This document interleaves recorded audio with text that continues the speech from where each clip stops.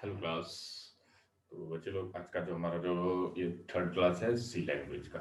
उम्मीद करते हैं कि आपने पहला और दूसरा वीडियो जो मैंने आपको डाला वो देख लिया। तो पहला वीडियो में जो था आपको कुछ खास मैंने पढ़ाया नहीं था, सिर्फ आपको कोशिश कर रहा था बताने का कि प्रोग्रामिंग लैंग्वेज क्या होता है, क्या प्रोग्रामिंग लैंग्वेज का क्यों जरूरत पड़ा, क्यों हम सी से कोड नहीं कर सकते, इंग्लिश से कोड नहीं कर सकते हैं, क्यों सी सी प्लस प्लस आया।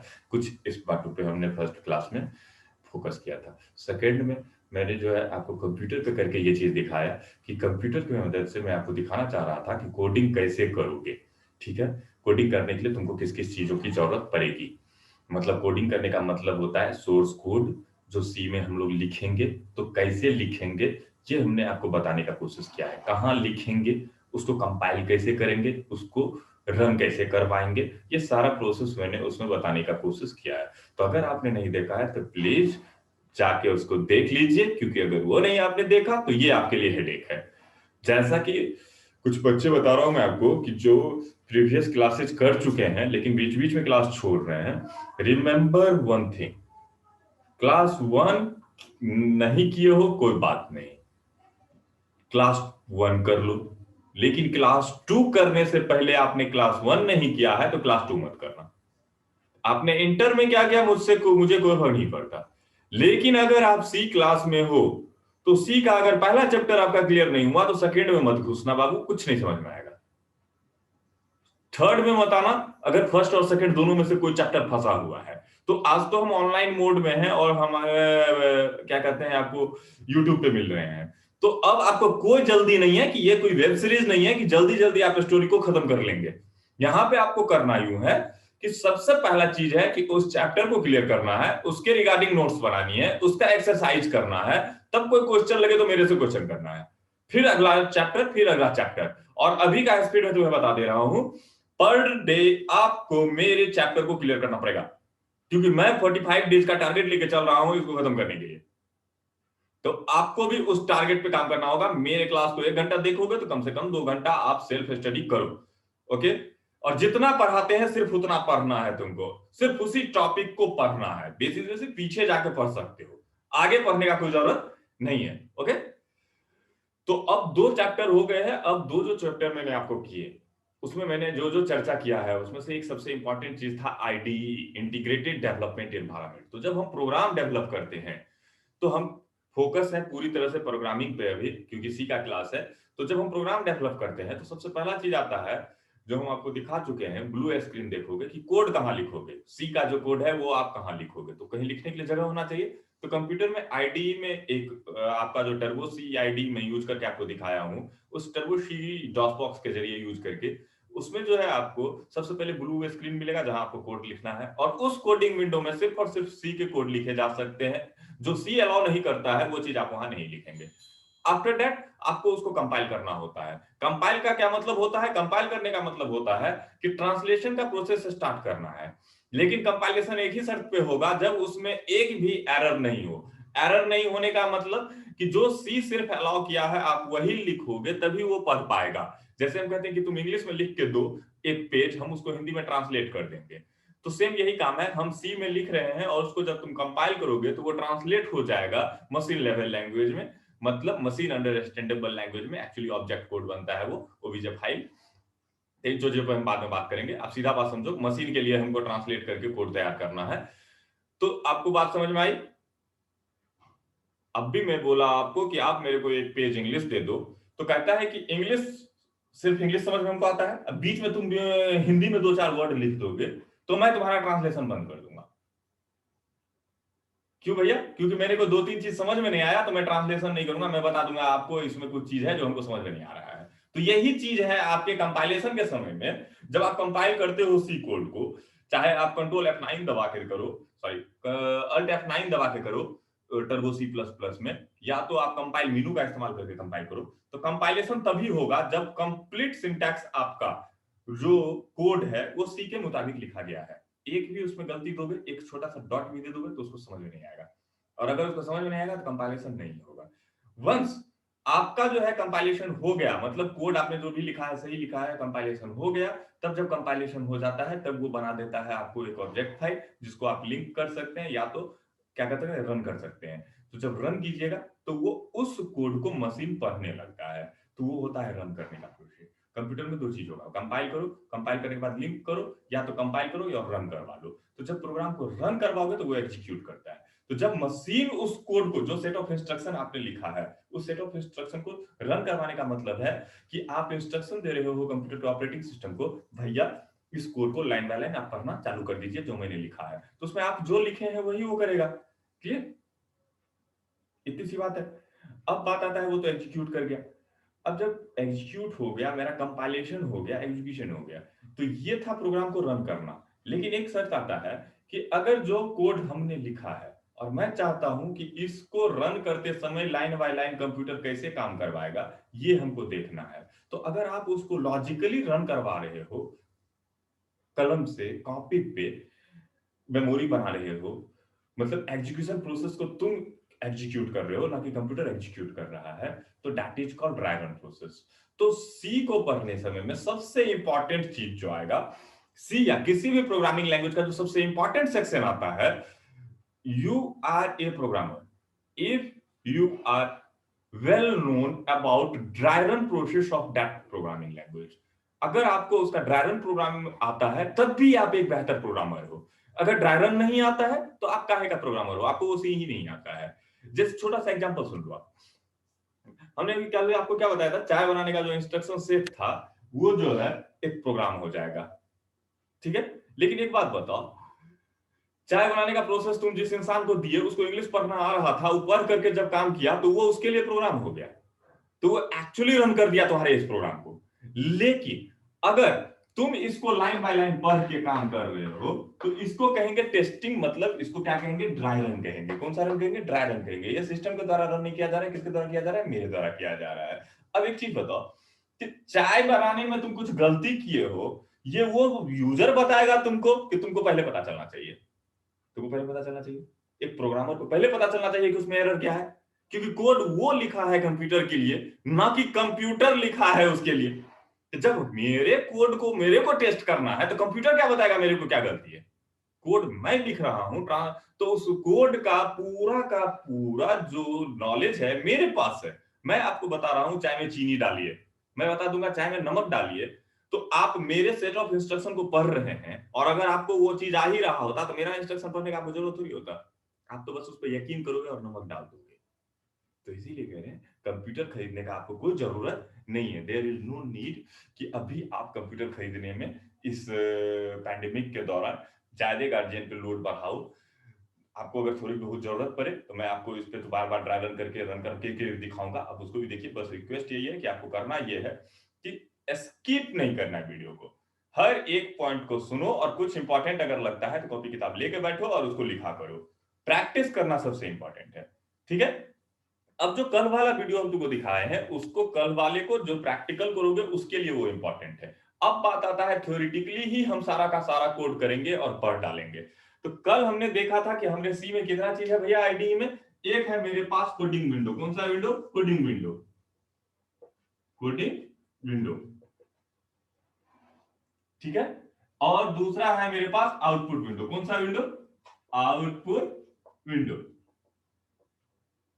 अब एक चीज देख लो, ये हो गया कोडिंग विंडो, ये हो गया आउटपुट विंडो। आईडी में मतलब तुमको कल दिखाई दिया होगा, या तो ब्लू दिखेगा स्क्रीन या तो ब्लैक दिखेगा स्क्रीन। जनरली जो सी का कोडिंग होता है वो इसी में होता है, क्योंकि देखो 1980 के लगभग का लैंग्वेज है, 1980 82 के आसपास आया था सी। तो उसमें डॉस की दुनिया थी, बहुत पुराना है, इसलिए ये काला उजला हम लोग देखते हैं। तो तुमको ज्यादा रिसर्च नहीं करना है, अभी वाला सॉफ्टवेयर नहीं बनता है सी से। जो अभी तुम देखते हो मीडिया प्लेयर हो, इंटरनेट एक्सप्लोरर हो, वो सॉफ्टवेयर नहीं बनेगा। ये बहुत पुराना है, तुमको बस ये पढ़ना है। क्यों पढ़ना है, कैसे पढ़ना है, ये क्वेश्चन नहीं करना है तुमको। जो मैं पढ़ा रहा हूँ उसका मास्टर बनना है, बाकी दुनिया में आगे तुम खुद मास्टर बन जाओगे। ये 1982 का होते हुए भी आज के डेट में भी आईआईटी के सिलेबस में भी है, तो इसका मतलब इस लैंग्वेज में कुछ जान जरूर है, इसलिए इस पर शक नहीं करना बच्चे। ये आ गया तो तुमको सब कुछ आ गया। कि देखो, कोडिंग विंडो और आउटपुट विंडो। कोडिंग विंडो में आपको सोर्स कोड लिखना है, आफ्टर दैट आपको क्या करना है, कंपाइल करना है। प्रीवियस वीडियो में बेहतर तरीके से आपको देखना है। तो कंपाइल करने के लिए जो शॉर्टकट की था वो क्या था? Alt plus F9। और अगर रन करवाना चाहते हो तो क्या करोगे? अल्ट प्लस नहीं, कंट्रोल कीबोर्ड पे है CTRL प्लस F9, तो इससे ये रन कर जाएगा। तो रन करेगा तो इसमें जो है वो इस पे रन करेगा, तो मतलब ये हटेगा, ब्लू स्क्रीन हट करके ब्लैक विंडो आ जाएगा, और जो ही काम रन करने वाला खत्म हो गया तो ब्लैक विंडो गायब हो जाएगा और ब्लू विंडो आ जाएगा। तो ये है 2 विंडो रहता है तुमको जब तुम टर्बो सी आईडी का इस्तेमाल कर रहे होगे। तो इंटीग्रेटेड डेवलपमेंट एनवायरनमेंट उसको इसलिए कहते हैं क्योंकि यहाँ पे 3 चीज है, एक जिसमें की कोडिंग कर रहे हो, दूसरा जहां पे आउटपुट आएगा, तीसरा इसका कंपाइलर। कौन? कंपाइलर। सी यूजेस कंपाइलर। सी किसको यूज करता है? कंपाइलर को यूज करता है। सी ट्रांसलेटर के तौर पर कंप्यूटर में 2 टाइप के ट्रांसलेटर होते हैं। पहला ट्रांसलेटर होता है आपका जिसको हम कहते हैं इंटरप्रेटर, दूसरा ट्रांसलेटर होता है जिसको हम कहते हैं कंपाइलर। तो दोनों में एक छोटा सा अंतर है, देखो इस वर्ड को कॉपी पे लिख लेना, एक लाइन का बात होता है। ट्रांसलेटर मतलब सी के कोड को मशीन लैंग्वेज में या मशीन अंडरस्टैंडेबल लैंग्वेज में ट्रांसलेट करना। ट्रांसलेट करने का 2 तरीका है, एक करता है एक लाइन पढ़ा, मतलब एक सेंटेंस पढ़ा और उसको ट्रांसलेट कर दिया, फिर दूसरा लाइन पढ़ा उसको ट्रांसलेट कर दिया, तीसरा लाइन पढ़ा उसको ट्रांसलेट कर दिया। तो इस टाइप का जो भी ट्रांसलेटर होगा कंप्यूटर की दुनिया का, वो कहलाता है इंटरप्रेटर। लाइन बाय लाइन वो पढ़ता है और ट्रांसलेट करता है। एक होता है तुमको कंपाइलर, जो पूरा कंप्लीट पेज ऑफ कोड, जो तुमको उसको सोर्स कोड तुम दोगे वो कंप्लीट को एक बार में पढ़ जाएगा और एक बार में पूरा राइटिंग से ट्रांसलेट कर देगा। तो ये है कंपाइलर। तो कंपाइलर फास्ट होगा। क्यों फास्ट होगा? क्योंकि एक बार में पूरा पेज पढ़ लिया। जैसे कि अभी हम ही एक पेज इंग्लिश पढ़ जाए और एक बार में मेरे को समझ में आ जाए, तो मैं हिंदी में लिखना चालू करूंगा। तो जब मैं हिंदी में लिखना चालू करूंगा तो ऑब्वियस है स्पीड में करूंगा। यही काम अगर मैं स्लो हूं तो क्या करूंगा? एक लाइन पढ़ूंगा उसका ट्रांसलेशन, दूसरा लाइन पढ़ूंगा उसका ट्रांसलेशन, तीसरा लाइन पढ़ूंगा उसका ट्रांसलेशन, चौथा लाइन पढ़ूंगा उसका ट्रांसलेशन। तो जो लाइन बाय लाइन ट्रांसलेशन करेगा दैट इज इंटरप्रेटर। जो एक बार में फुल ट्रांसलेशन कर देगा, कन्वर्जन कर देगा, वो क्या हो जाएगा? कंपाइलर। तो सी यूजेस कंपाइलर। सी किसका इस्तेमाल करता है? कंपाइलर का इस्तेमाल करता है। ओके, तो हमारे सी में प्रोग्राम बनाने के लिए, डेवलप करने के लिए एक सॉफ्टवेयर को, एक प्रोग्राम को, हमको 3 चीज की मिनिमम जरूरत पड़ेगी: coding window, output window and compiler of the program. तो ये 3 चीज मेरे को अलग अलग अगर रहता तो थोड़ा हेडेक हो जाता, इसीलिए इस तीनों का जो मिश्रण है वो है आपको टर्बो सी प्लस प्लस और टर्बो सी, या तो टर्बो सी प्लस प्लस या turbo C. This is called IDE, integrated development environment, जो हम आपको दिखा चुके हैं। उस पर कोई भी दिक्कत हो आप उस पर कीजिएगा काम। अब हम चलते हैं नेक्स्ट डायरेक्ट कोडिंग की तरफ।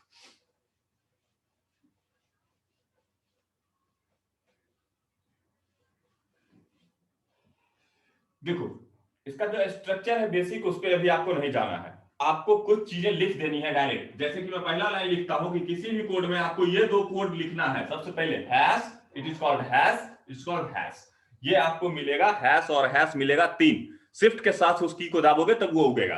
कीबोर्ड पे देखो जनरली जो है, किसी भी बटन पे देखोगे अगर, तो 2 सिंबल अगर आपको दिख गया, ऊपर में कुछ और लिखा हुआ है, नीचे में कुछ और लिखा हुआ है, तो अगर आपको कीबोर्ड के ऊपर वाला कैरेक्टर चाहिए तो आपको शिफ्ट के साथ प्रेस करना पड़ेगा। ओके, जैसे कि 3 नंबर पैड जो है, न्यूमेरिक पैड, उसमें 3 लिखा हुआ है और उसी पे हैश सिंबल भी तुमको मिलता है। तो अब बच्चे आप कंफ्यूज हो जाओगे कि वो हैश कैसे हम लाएं। तो वो हैश लाने के लिए आपको क्या करना है? शिफ्ट के साथ, क्योंकि हैश ऊपर में है, और देखना शिफ्ट के पास एक एरो है जो आपको बताता है कि अप डायरेक्शन।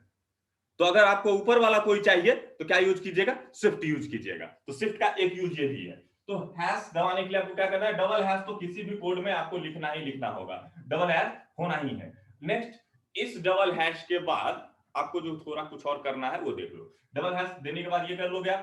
उसके बाद सबसे पहला चीज आता है void में, it is written in small VOID, void में। यहां पे देखो दिस इज करली। इस करली को अगर आप लिखने में दिक्कत करते हो, उसको छोटी पोस्ट कहते हैं, तो आप ऐसे यूज कर सकते हो। इसको कह सकते हैं CVC। तो ये हो गया तुम्हारा करली। हम बस आज भर सीधा लिख दे रहे हैं, इट इज ओपनिंग करली, ओके, एंड इट इज करली, इट इज क्लोजिंग करली, मध्यम पोस्ट इसको कहते हैं। तो अपना प्रोग्राम का जो बेसिक स्ट्रक्चर है वो ये है। आपको void में लिखना है, करली खोलना है और करली बंद करना है, और इसके बीच में कोई भी जो कोड होगा वो आपका इसी के बीच में होगा। बात समझ में आ गई आपको? जो भी कोड आप करेंगे किसके बीच में करेंगे? इसके बीच में करेंगे। अब जब इसके बीच में आपको कोड करना है, तो कोड क्या होता है वो करना है पहले सीख ले। तो कोड को करने से पहले आपको लिखा गया है rule of C. Rule of C. Okay, जो लास्ट क्लास में क्लियरली लिखा हुआ है रूल ऑफ सी, मैं अब उसको बताने आपको नहीं जा रहा हूं। मैं फिर अगर बताऊंगा तो फिर तो वो टाइम पास कर देगा मेरा। तो आपको याद रखना है उस रूल ऑफ सी को, जरूरत पड़े लिख लेना है। मैं उसको एक बार एक्सप्लेन कर चुका हूं, दोबारा मैं एक्सप्लेन करने नहीं जा रहा हूं। मैं दोबारा आपको प्रोग्राम बना के दिखाऊंगा सिर्फ कंप्लीट। मैं रूल ऑफ सी के साथ जहां जहां ये रूल ऑफ सी आ रहा होगा तहां तहां मैं उस चीज का इस्तेमाल कर दूंगा। चलिए, आप बस इसको कवर करके रखिएगा रूल ऑफ सी को। आप रट जाइए चाहे आपको कुछ करना है, क्योंकि जब तक आपको रूल ऑफ सी नहीं आता है तब तक आप कुछ नहीं कीजिएगा। जब आप कंप्यूटर की बात करते हैं तो कंप्यूटर तीन चीजों पर काम करता है बच्चे। कितने चीजों पर काम करता है? तीन चीजों पर। IPO cycle, IPO. कंप्यूटर में तीन ही चीज होता ही होता है। कंप्यूटर में कितने चीज होते हैं? तीन चीज। I for input, P for process, O for output. Computer तीन ही काम करता है, इनपुट लेता है, प्रोसेस करता है और आउटपुट देता है। तो सबसे पहला चीज, आप भी जो प्रोग्राम बनाओगे तो तीन ही चीज करने के लिए बनाओगे, उसको तीन ही टाइप के इंस्ट्रक्शन आप दोगे। पहला इंस्ट्रक्शन होगा इनपुट कैसे लेंगे, दूसरा इंस्ट्रक्शन होगा उस डाटा को प्रोसेस कैसे करेंगे जो इनपुट लिए हो, और अगला होगा आउटपुट कैसे देंगे। तो बात समझ गए? तो इस तीन टाइप के इंस्ट्रक्शन से ज्यादा कंप्यूटर में कुछ होता ही नहीं है। जब कंप्यूटर में इस तीन के अतिरिक्त कुछ नहीं होता है तो मैं कोई भी इंस्ट्रक्शन लिखूंगा तो वो इस तीन से बाहर थोड़ी होगा। वो इंस्ट्रक्शन जो होगा तीन ही चीज के लिए लिखा हुआ होगा, या तो इनपुट लेने के लिए, या तो प्रोसेस करने के लिए, या आउटपुट देने के लिए। इसके अतिरिक्त किसी भी इंस्ट्रक्शन का कोई मतलब नहीं होता है, इस तीन पे टिका हुआ है। तो अपन को सबसे पहले फोकस करना है किस पर? इस आउटपुट पर। ठीक है, पहले आउटपुट सीखेंगे तब हम लोग इनपुट सीखेंगे। प्रोसेस तो बीच में ऑटोमेटिकली होगा, लेकिन फिर भी ऑपरेटर के जरिए उसको बेहतर तरीके से क्लियर किया जाता है। तो सबसे पहले अपन लोग आउटपुट देना सीखेंगे। क्या देखना सीखेंगे? How to display output. क्या देखना है? आउटपुट देखना है। तो आउटपुट देखने के लिए वॉइड मेन तक आपको छाप देना है। किसी भी प्रोग्राम को बनाओगे तो हैश हैश लगा करके, या तो हैश में क्या लिख दोगे? INCLUDE, include CONIO conio dot h, और hash INCLUDE, include STDIO dot h. This S is small. Remember one thing, rule of C क्या कहता है? रूल ऑफ सी कहता है C is case sensitive language. तो केस सेंसिटिव लैंग्वेज का मतलब है कैपिटल ए और स्मॉल ए दो अलग अलग चीज होगा। अगर हम सी की बात करें तो ये ए और ये ए अलग है। जैसे कि रियल लाइफ में अगर कोई कहता है ROUNA के Raunak, is my name, it is Raunak. लेकिन कंप्यूटर के केस में अगर कोई कहा कि रौनक ये है और किसी ने कॉल किया, बोला रौनक, रियल लाइफ में तो कहोगे ये भी रौनक ही है, but in case of computer or in case of C, this Raunak and this Raunak is two different thing। क्योंकि किसी से केस सेंसिटिव लैंग्वेज, RR तो मैच कर गया सर, लेकिन ये सब तो मैच नहीं कर रहा है, तो मतलब है अलग है। क्लियर? केस सेंसिटिव मतलब ये ए और ये ए दो अलग अलग चीज है, दोनों ए नहीं है। क्यों, कैसे, कहां, बाद में देखेंगे। तो पहला केस है, केस सेंसिटिव है, और एनी प्रीडिफाइंड चीज, वो भी पहले से चीज लिखे हुए हैं सी में, कन्फर्मली जो पहले से लिखा हुआ है सी का पार्ट है वो स्मॉल केस में लिखा हुआ है। मतलब सब छोटा में लिखा हुआ है, कहीं पे इंग्लिश के जैसे कैपिटल और स्मॉल नहीं करना है, सबको छोटे में बेधड़क लिखना है। सी में कोड बनाते समय में आप बेधड़क छोटे लेटर का इस्तेमाल कीजिए। ठीक है, जिस दिन मास्टर बन जाइएगा उस दिन आप थोड़ा बहुत दिमाग लगा करके कैपिटल यूज कर लीजिएगा, लेकिन अभी आप इंग्लिश वाला बुद्धि एक जरा नहीं लगाइएगा कोड लिखते समय, खास करके कि कोई बड़ा और कोई छोटा, सबका डिक्लेरेशन किससे करना है? स्मॉल से करना है। ओके, तो चलिए, वॉइड मेन सब छोटा में लिखा हुआ है, छोटी को खोल करके बंद कर दिए। क्यों? पहले रूल कहता है, क्योंकि कोई भी जो होगा अगर पूरा लाइन ऑफ कोड लिखोगे तो कहां से कोड स्टार्ट होगा पढ़ना, ये तो एक पॉइंट बताया जाएगा ना आपको। तो रूल नंबर 3 पहला कहता है, पहला रूल नंबर में मैं आपको प्रीवियस क्लास में देखो, रूल कहता है main is the first function that is called automatically when program is executed. तो मेन वो पहला फंक्शन है जो कि सबसे पहले एग्जीक्यूट करेगा जब प्रोग्राम एग्जीक्यूशन स्टार्ट होगा तब। तो इसीलिए प्रोग्राम बहुत बड़ा हो सकता है, 5000 लाइन का हो सकता है, लेकिन स्टार्टिंग जो है वहीं से होगा सी का प्रोग्राम का स्टार्टिंग। पढ़ना जो कंप्यूटर चालू करेगा वो स्टार्टिंग पॉइंट होगा ये में। ओके, और ये जो तुम देख रहे हो हैश वाला दो लाइन, इसको कहते हैं प्री प्रोसेसिव डायरेक्टिव। लेकिन इस पे भी आपको बुद्धि नहीं लगाना है, इसको ऑलवेज सबसे ऊपर में लिखना है। सी का जो कोड लिखते हुए लिखेंगे हम लोग ब्लू स्क्रीन सबसे ऊपर में, इसके ऊपर कुछ नहीं हो सकता है। ये एक रूल है प्री प्रोसेसिव डायरेक्टिव जो हम लोग इस्तेमाल करते हैं, ये हैश इसके ऊपर कुछ नहीं लिखा जा सकता है। तो इसके खत्म होने के बाद ही आप वर्ड में लिखोगे, ये नहीं कि 1 और 2 के बीच में आप कुछ घुसा दिए। ये हैश वाला जो कोड है ये सबसे ऊपर में होगा। क्यों कहा है, किस लिए, वो बाद में देख लेंगे। अब मेरा मुद्दा था कि display my name, I want to display my name. मैं क्या करना चाहता हूं, मैं अपना नाम डिस्प्ले करना चाहता हूं। आपको पहले भी मैं बता चुका हूं, लेकिन अब मैं क्योंकि प्रोग्राम को बोर्ड पे पढ़ाना चाह रहा हूं, इसलिए मैं फिर से उसी क्लास को रिपीट कर रहा हूं। ये जो कल वाला है, क्या बोला मैंने आपको कि आपको डिस्प्ले करना है, display your name through this computer C program. तो इसके लिए एक फंक्शन है मेरे पास, predefined function, that is called printf, print, printf। तो this printf function is discussed in previous class. तो अगर बच्चे आपको पता है तो आप पढ़ रहे हो, बहुत अच्छा। नहीं पता है तो इसको मत देखो, लास्ट क्लास को देखो। क्योंकि अगर दिक्कत है तो मुझे व्हाट्सअप करो। कुछ बच्चों ने किया, मैंने आंसर दे दिया। जिसने नहीं किया वो ये कतई ना समझे कि वो 30 मार्क खाने हैं। और किसी दूसरे को ब्लेम करने से कुछ नहीं होगा, जाएगा तुम्हारा ही बेटा, सिर्फ तुम्हारा जाएगा। ब्लेम तुम आज से, जब अगर लॉकडाउन खुल भी गया ना तो हम पे ब्लेम नहीं कर पाओगे, क्योंकि तुमसे हम जो मिलेंगे तो सेकंड सेमेस्टर में मिलेंगे। और उस दिन मेरे पास इतना प्रेशर होगा कि उस दिन हम तुमको डाटा स्ट्रक्चर पढ़ा रहे होंगे, C++ पढ़ा रहे होंगे, हम पीछे आके रिकवर नहीं कर पाएंगे। इसलिए यहां पर हो और जो क्वेश्चन है यहां पूछो। जिस दिन फोन पे आपको आंसर ना मिले उस दिन रौनक सिंह पे ब्लेम करना।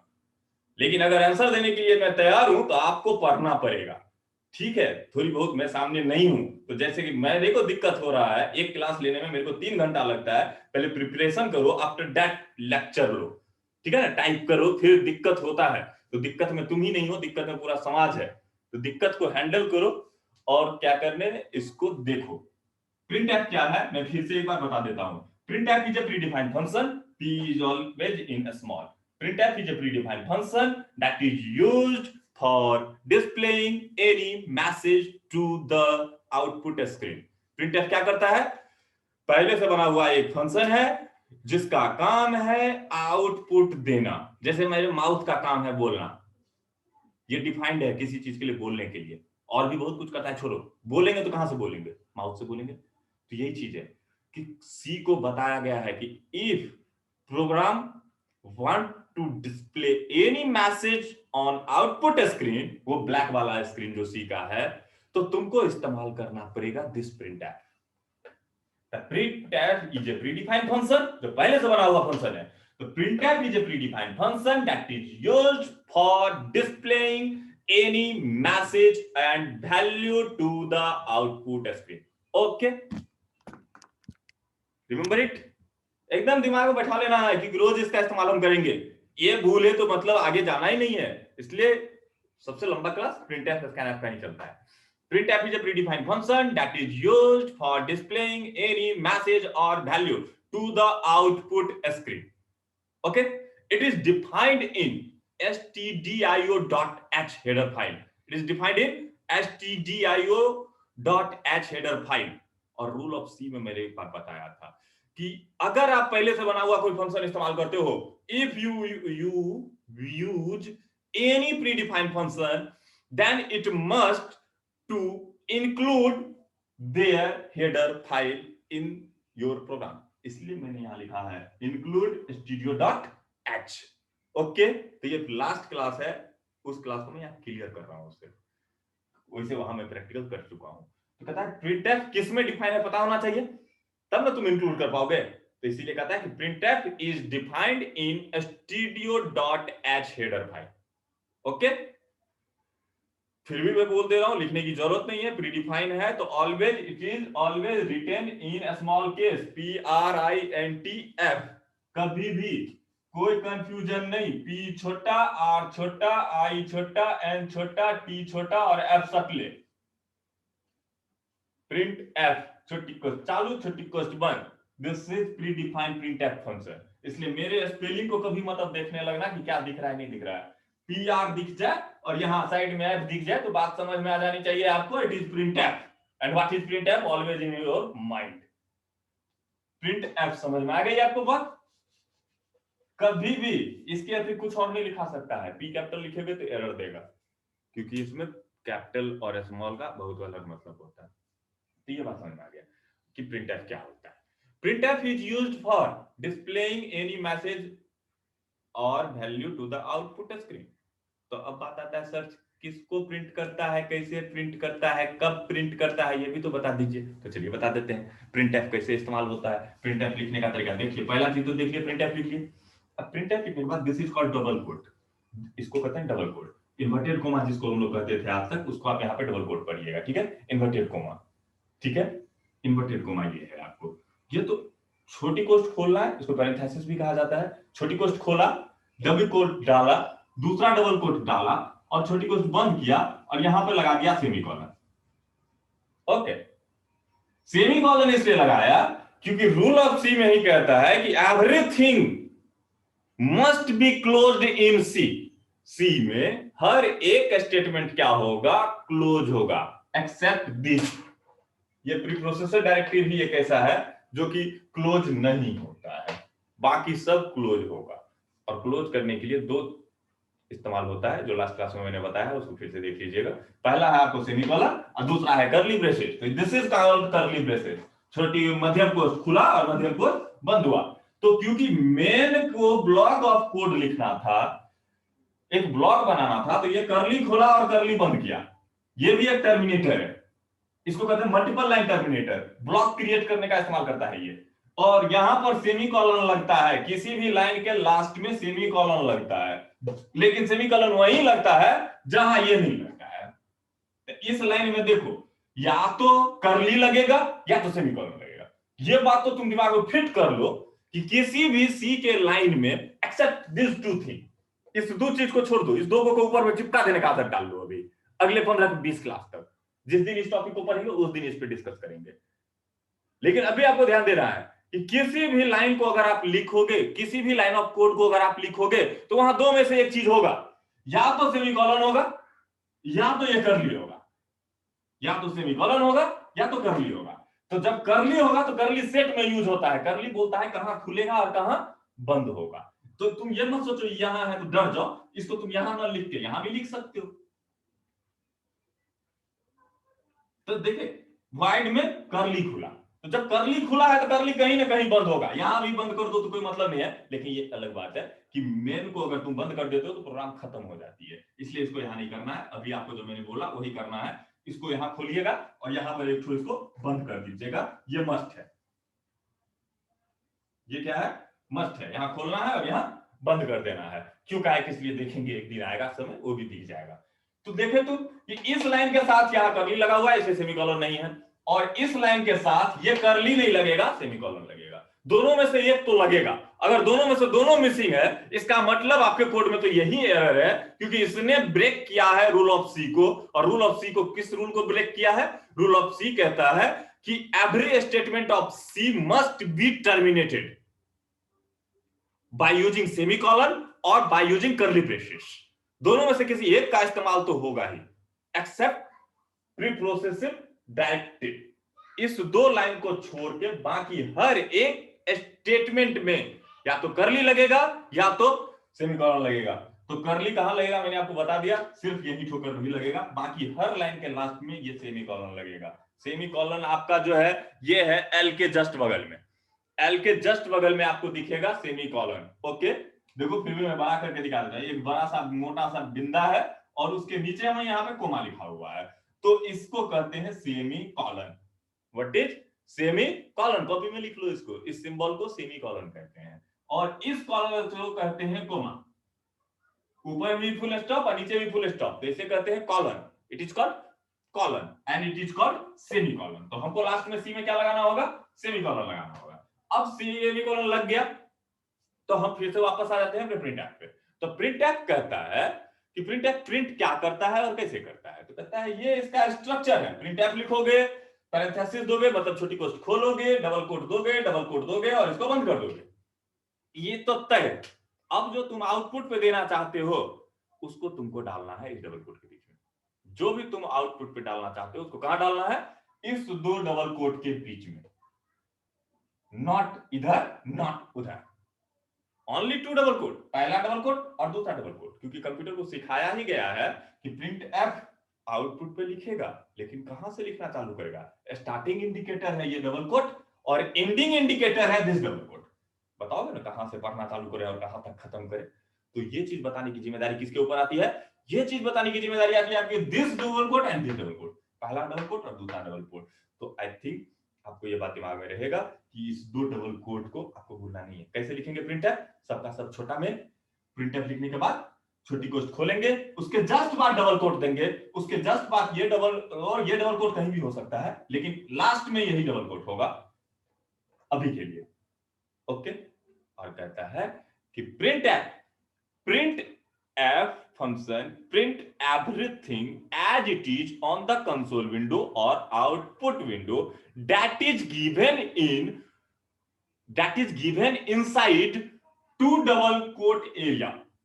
जो इस दो डबल कोट एरिया के बीच में तुम जो लिख सकते हो कीबोर्ड से, क्योंकि लिखोगे तो कीबोर्ड से ही लिखोगे नहीं, तुम जो लिख दोगे वो चीज ये आउटपुट पे प्रिंट कर देगा। क्लियर? क्या करेगा? जो तुम लिख दोगे वो चीज ये आउटपुट पे प्रिंट कर देगा एज इट इज, जैसा का तैसा। तुम जैसा लिख दोगे ये वैसा प्रिंट कर देगा। तो हमसे कभी ये मत पूछना क्या करेगा और क्या नहीं करेगा। तुम जो इसमें लिख दोगे ये उसमें प्रिंट कर देगा। तुमको अगर किसी खुराफात को दिमाग में आता हो सर हिंदी लिखेगा, तुम हिंदी लिख के हमको दिखा दो, ये हिंदी भी प्रिंट कर देगा। If you are able to write Hindi in C program then it is able to print Hindi, but in C language there is no Hindi font, so you are not able to print Hindi. Okay, तो खुराफात का कोई जगह नहीं है। तुम जो लिख सकते हो इसके अंदर, सी के अंदर, वो ये प्रिंट कर सकता है। तुमको रिसर्च करना हो तुम खुद से लिख के देखो कि तुम उसके अंदर क्या लिख सकते हो। तुम उसके अंदर सिर्फ और सिर्फ इंग्लिश लैंग्वेज यूज कर सकते हो, फॉन्ट इंस्टॉल करने का ऑप्शन इसके पास नहीं होता है। इसीलिए कीबोर्ड पे जितने कैरेक्टर तुमको दिख रहे हैं जनरली, आप सिर्फ और सिर्फ उसको लिख सकते हो और जैसा का तैसा लिख सकते हो, ना कि आप उसको हिंदी से लिख सकते हो। हिंदी अलाउ ही नहीं है, क्योंकि 1980 के जमाने में हमारे पास हिंदी का कोई सपोर्ट नहीं आता था, इसलिए भूल जाओ हिंदी को। Okay, next. तो बात याद रहेगी, क्या करना है? प्रिंट एफ देना है, छोटी कोट देना है, डबल कोट देना है, और मेरे को लिखना है क्या? आउटपुट पर मेरे को चाहिए my name is Raunak Singh. Okay, full stop, double quote पर प्रिंट एफ 1, और ये रहा मेरा प्रोग्राम 1।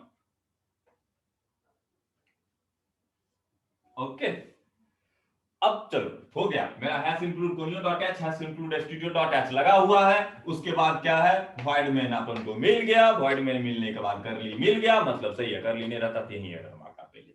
ठीक है, क्यों कहा है कि इससे ज्यादा क्वेश्चन नहीं करना है।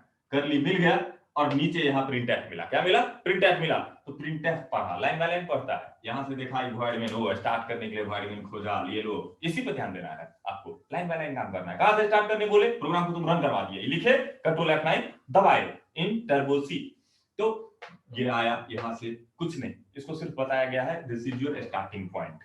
ओके, स्टार्टिंग पॉइंट मिल गया। अब जस्ट इस लाइन को खत्म करने के बाद नीचे आए। अब नीचे आए तो नीचे में क्या लिखा हुआ है? Print F.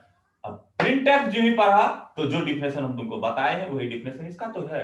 अब जब इसका डिफिनेशन जो है वो उसके हिसाब से काम करेगा, ये तुरंत देखेगा ओ प्रिंट एफ, सर्च करो व्हाट इज प्रिंट एफ। क्या करो? सर्च करो व्हाट इज प्रिंट एफ। तो सर्च करने के लिए ऊपर जाता है, इसकी डिफिनेशन लिखी हुई है इस स्टूडियो में, मैंने आपको बताया ही। तो इस स्टूडियो में यही डिफिनेशन लिखा हुआ है जो डिफिनेशन मैंने अभी आपको बोला है। ये तुरंत चेक करेगा, भैया डबल कोट है स्टार्टिंग वाला, हाँ तो मिल गया भैया है। अगर ये छोटी कोट नहीं रहता तो यही एरर मारता, क्योंकि उसको कोई मल्टीपल रूल नहीं सिखाया गया, एक ही रूल सिखाया गया है। पहले छोटी कोट होगा, उसके बाद डबल कोट होगा, दोनों मिल गया सर। अब आगे क्या है? तो आगे में जो जैसा है वैसा प्रिंट कर दो। दो चीज को छोड़कर उसका डिस्कशन में बाद में करूंगा। It print everything as it is on the output screen और console window that is given in two double quote area. तो देखिए, ये मैं आपको अब आउटपुट विंडो बना लेता हूं। क्या बना लेता हूं? आउटपुट। ये बन गया मेरा आउटपुट। अब ब्लू स्क्रीन खत्म हो गया, लेकिन मैं बता रहा हूं आपको कंप्यूटर इसको कैसे कैसे पढ़ना चालू करता है। तो कैसे मिला आपको? यहां से प्रिंट एफ का बात समझ में आ गया, डबल कोट मिल गया। तो यहां क्या मिल रहा है? एम। तो इस एम को कंप्यूटर क्या करेगा? यहां से एम उठाएगा, ओके, एम को आउटपुट पे डालना है, यहां पे डाल दिया एम। वाई देखो छोटा है बड़ा है, छोटा है ना, तो जैसे का तैसा। तो यहां पर 1। यहाँ पे एक ब्लिंकर होता है, ये स्पेस है तो यहाँ पर भी एक स्पेस देके आगे चलाएगा। उसके बाद n, तो जहां पे कर्सर रहता है वहां पे छापेगा n। देखो n कैपिटल है इसीलिए n कैपिटल। ये छोटा है यहाँ तो ए छोटा, m छोटा है यहाँ तो यहाँ पर m, e छोटा है तो यहाँ पर e, फिर एक स्पेस है तो यहाँ पे भी स्पेस, i छोटा है तो i छोटा, s छोटा है तो s छोटा, r कैपिटल है तो r कैपिटल, उसके बाद o, उसके बाद u, after that n, after that a, after that k, after that space तो स्पेस, उसके बाद s, उसके बाद i, उसके बाद n, उसके बाद g, उसके बाद h, और फुल स्टॉप है तो फुल स्टॉप भी। डबल कोट मिल गया। तो इंतजार इसी चीज का कर रहा था कि हम स्टार्ट करेंगे इस डबल कोट से और उस डबल कोट तक जाएंगे। डबल कोट मिल गया मतलब काम खत्म से। छोटी कोष्ठ है ना, हाँ है, सेमीकोलन है ना, हाँ है, मतलब मैंने एक इंस्ट्रक्शन फॉलो कर लिया। तो कंप्यूटर कैसे करेगा वो हम नहीं जानते हैं, लेकिन हम सी के इंस्ट्रक्शन को जानते हैं कि दो डबल कोट के बीच में जो दे दोगे वो आउटपुट पे क्या हो जाएगा, प्रिंट हो जाएगा। तो ये रहा आपका पहला कोड। आप इसके बीच में जो लिखना है लिखो ना, जो लिखोगे ये आउटपुट देगा। और मेरे प्रीवियस क्लास को देखो, वो भी आपको दिखा देगा, वो तो रन करके दिख रहा है। लेकिन हम उस पर फोकस ज्यादा नहीं करेंगे, हम ऐसे पढ़ेंगे। क्या करना है, प्रिंटफ का डिफिनेशन याद करना है, तब आपका ये चीज हो जाएगा। ओके, नेक्स्ट करें। ये हो गया मेरा माय नेम इज रौनक, तो आपको दिख गया आउटपुट माय नेम इज रौनक। अब हम चाहते हैं क्या कि कंप्यूटर क्या करे, इसको ऐसे ना छापे। इसको कैसे छापे, ये प्रोग्राम पहला हो गया, इसको कॉपी पे दे दोगे और आउटपुट छाप लोगे, प्रोग्राम नंबर 1। ओके, अब यहां से प्रोग्राम नंबर 2, इसको करो प्रोग्राम नंबर 2। आउटपुट को चेंज करना है अपन को। मैं क्या दे रहा हूं, माय नेम इज, और नीचे आके लिखना है रौनक, ओके, सिंह, और फुल स्टॉप। अब बात आता है इसको कैसे आउटपुट के जरिए दिया जाए। तो इसको साफ करो कोड को। अभी के लिए इतना तो फिक्स है कि वॉइड मेन कर ली, ओपन कर ली, ब्लॉन्ड, इसको रहने ही दो, इसको भी रहने ही देते हैं। अब इसको रहने देने के बाद मैंने क्या बोला, आउटपुट मेरे को क्या चाहिए, my name is Raunak Singh. तो ये चीज आप कैसे लिखोगे, क्योंकि प्रिंटफ में ये चीज दे दोगे तो आ जाएगा, मैंने अभी आपको बोला। तो क्या लिखोगे आप, PRINT, printf double quote my NAME name is, और यहां आके लिख दो रौनक, क्या ROUNAK रौनक, SINGH सिंह, और डबल कोट दे दो रौनक सिंह, यहां डबल कोट दे करके इसको बंद करके इसको बंद कर दो। सर नीचे तो ला करके लिख दिए, नीचे लिख देना चाहिए। तो कंप्यूटर क्या करेगा आपका, जब पढ़ना चालू करेगा, कहां से पढ़ना चालू करेगा, ई पढ़ना चालू करेगा। हैश इंक्लूड कोनियो मिल गया, जिससे वर्ड में मिल गया मेरे को। यहाँ क्या लिखा है, प्रिंटफ, क्या लिखा है, प्रिंटफ डबल कोट m, तो प्रिंट करो, तो प्रिंट कर दिए, y, तो प्रिंट करो, तो y प्रिंट कर दिए, n प्रिंट करो, a प्रिंट करो, m प्रिंट हो गया, e प्रिंट हो गया, i प्रिंट हो गया, s प्रिंट हो गया। आगे क्या है, आगे तो कुछ नहीं है सर, आगे तो कुछ नहीं है। आगे में तो डबल कोट है ये नहीं, आगे में क्या नहीं है, डबल कोटे नहीं। उस लाइन में वो खोज रहा था, तुमने वहां पे इंटर मार के नीचे कर दिया है। क्या कर दिया है, वहां से इंटर मार के नीचे कर दिया है। तो जब तुमने इंटर मार के नीचे कर दिया है तो एरर मारेगा। ये क्या मारेगा, एरर मारेगा, क्योंकि मल्टीपल लाइन में लिखना अलाउ नहीं है इसमें। हर एक लाइन में ही आपको कोड कंप्लीट करना पड़ता है। तो यहाँ तो फंस गया ना मुद्दा, एरर है, रूल नहीं है, 2 लाइन में नहीं लिखाता है। जितना लंबा कोड हो एक लाइन में लिखोगे, कॉपी पे भरो, हम 2 लाइन में लिख दें, लेकिन उसका यही मतलब होता है कि जब हम सी पे लिखने जाएंगे ना कोडिंग विंडो में, वो जो ब्लू वाले विंडो में, तो एक ही लाइन में उस कोड को तुमको लिखना है, तुमको लाइन चेंज करके ना लिखना है कोड। बात समझे, प्रिंटफ स्टेटमेंट कभी भी मल्टीपल लाइन में नहीं होगा। ओके, तो एक बार इसको कभी कंप्लीट करें तो देखते हैं कि जो हम बोल रहे हैं वो कहीं मिस्टेक तो नहीं कर रहे हैं हम। चलो, ये स्टार्ट किया अपन ने टर्बो सी को स्टार्ट करने के बाद अपन ने बोला फाइल में बोला न्यू। देखो, किसी भी प्रोग्राम को बनाओगे तो इतना ही मिलेगा तुमको, कि पहले जो है यही होना है, बाद में कुछ भी और होगा। क्या बोला मैंने, PRINT प्रिंट एफ। क्या लिखना था अपन को, रौनक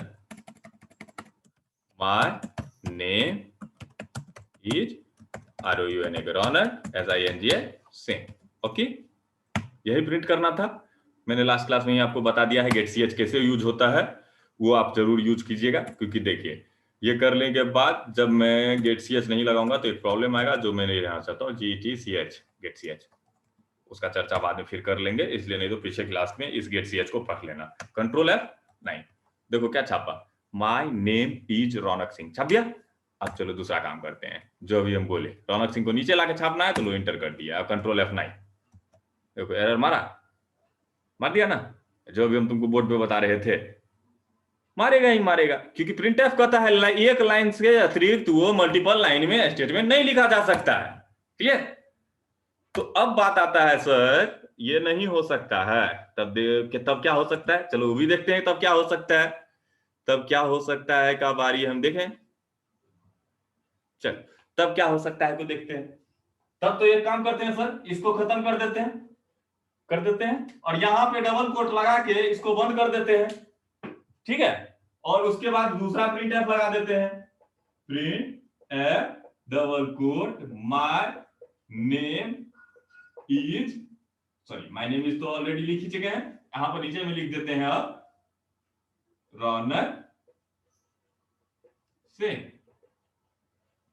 ओके, अब तो हो जाना चाहिए सर।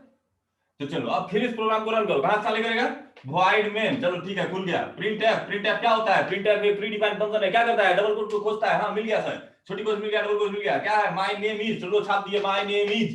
और माय नेम इज को छापने के बाद वही बोले ना, जो लिखने वाला ये राइटिंग कर रहा है, इसका एक अलग पेन है, उस पेन को यहाँ छोड़े हुए है, यहाँ से रीड करने के लिए यहाँ लाए और राइट करने के लिए यहाँ, तो यहाँ ही ना लेके आए हैं, तो जो लिखेंगे वो यही लिखेंगे।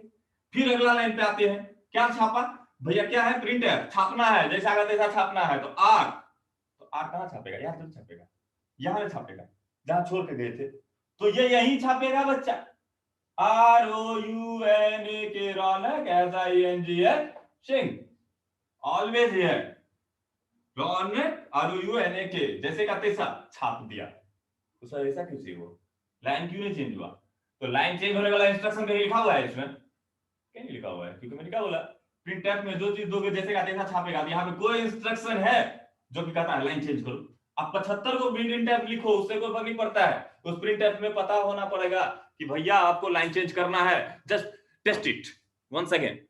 चलिए देखिए,